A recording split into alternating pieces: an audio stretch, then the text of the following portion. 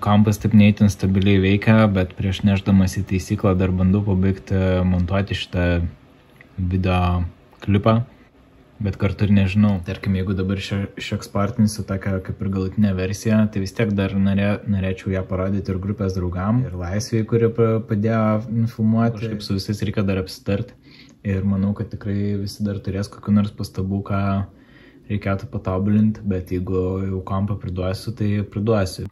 Atrodė, kad lyg ir neblogai visai dirbasi, viskas taip kurį laiką veikia, bet visiškai užstrigęs kompas.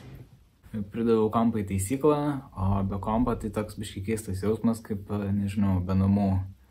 Nelabai čia ką galiu ir nuveikti, nieko negaliu įrašinėti, tai ko gero tiesiog parepetuosiu Thinly Veiled koncertui.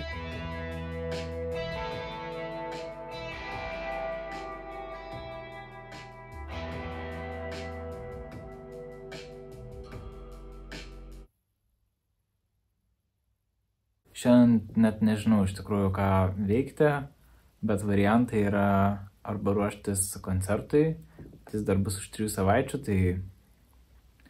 O kitas variantas vystyti toliau praeitos savaitės dainą. Tas antras variantas turbūt smagesnis, bet dažnai susiduriu su tokia kliūtim, kad pradedu kur dainą ir tada jai reikia žodžių.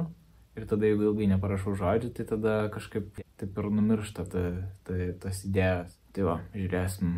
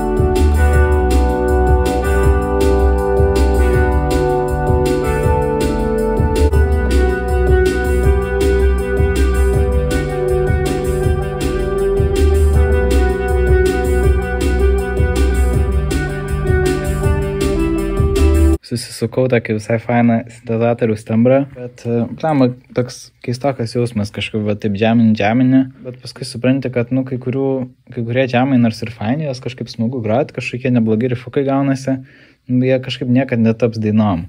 Ir tada, koks talkas. Bet iš kitos pusės nežinau, gal čia ir nesąmonė, gal jie ir gali tapti dainom, bet tiesiog atrodo, kad labai kažkaip gaunasi daug skirtingų žanrų. Viena daina kažkoks tipo vos ne folk, indie rokas, tada kita kažkokia trip-hopinė ir tada trečias rifukas kažkoks synthwavinis 80s. Tai blemba, kaip visą tai kažkaip sujungti kažkokį cohesive dalyką. Tai sulaukiau skambučio iš termopastos, kompo problema yra su ramais, juos teoriškai manoma perlituoti, bet realiai vis dėlto vis tiek reikia keisti visą pagrindinę plokštę, kas kainuotų ko gero apie 800.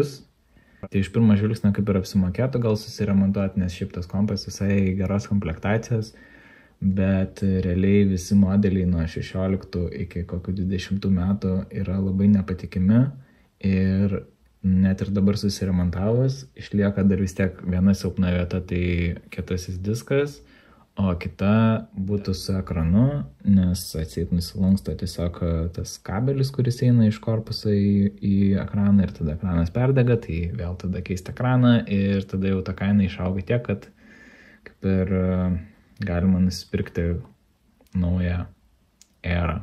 Tai dabar mano variantai yra pagrindę arba toks labai senas 15 metų MacBookas už labai patrauklę kainą, arba už labai nepatrauklę visiškai naujas. O šiaip iš pirmo žvilgsnio atrodytų, kad gal pakaktų tokio minimalaus už 1000, bet realiai kažką rimtesnio darant, 8 GB RAM neužtenka, nes jie užsipildo ir tada naudoja atminčiai SSD, bet jis tada nuo tų dažnų įrašymo ciklų irgi susidražia. Tada jo perlituoti irgi neįmanoma, nes susietas su procesorium ir realiai po keletą metų vėl visas kompas yra išmetimui.